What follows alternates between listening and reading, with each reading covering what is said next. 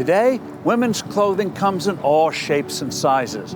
But not long ago, if you needed a dress in a larger size, you had slim pickings, or you'd have to make it yourself. Then, an immigrant seamstress named Lena Malsin changed all that. Her dressmaking business grew into the plus-size clothing pioneer, Lane Bryant.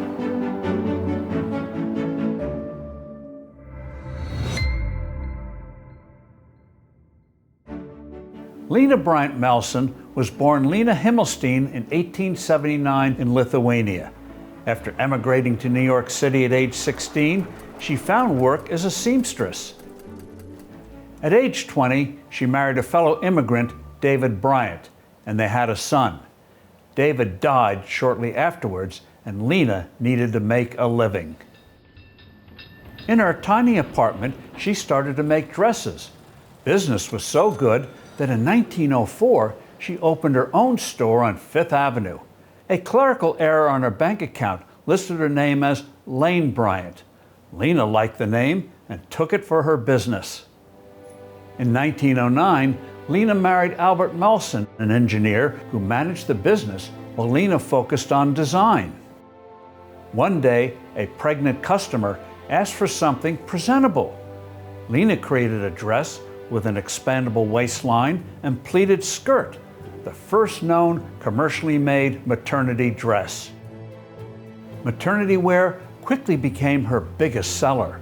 Making it easier for pregnant women to work, Lena's dresses seemed right for the times.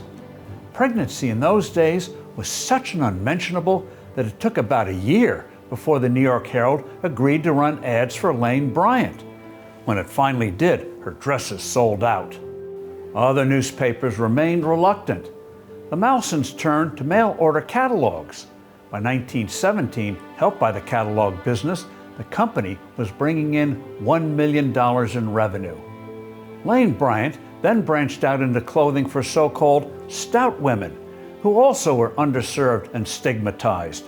By 1923, this new business had surpassed maternity. Lane Bryant became the first retail chain for plus-sized women.